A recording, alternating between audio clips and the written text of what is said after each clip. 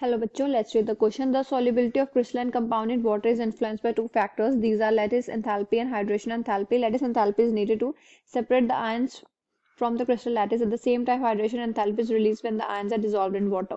The resultant of these two opposing tendencies guides the solubility of the compound in water. If lattice enthalpy has greater magnitude, the compound has low solubility. In case of hydration, enthalpy is more, then the compound is highly soluble in water.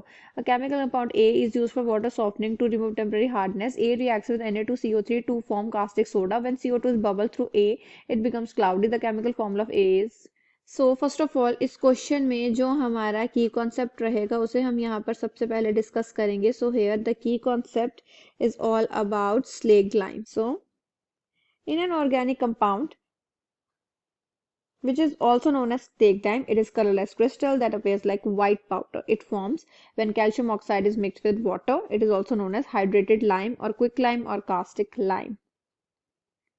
So यहाँ पर जिसकी मैं बात कर रही हूँ, मतलब कि यहाँ पर जो हम बात करेंगे ए की, वो है हमारा कैल्शियम हाइड्रोक्साइड, मतलब कि CaOH2. ये जो हमारा CaOH2 है, ये यूज किया जाता है फॉर वाटर सॉफ्टनिंग.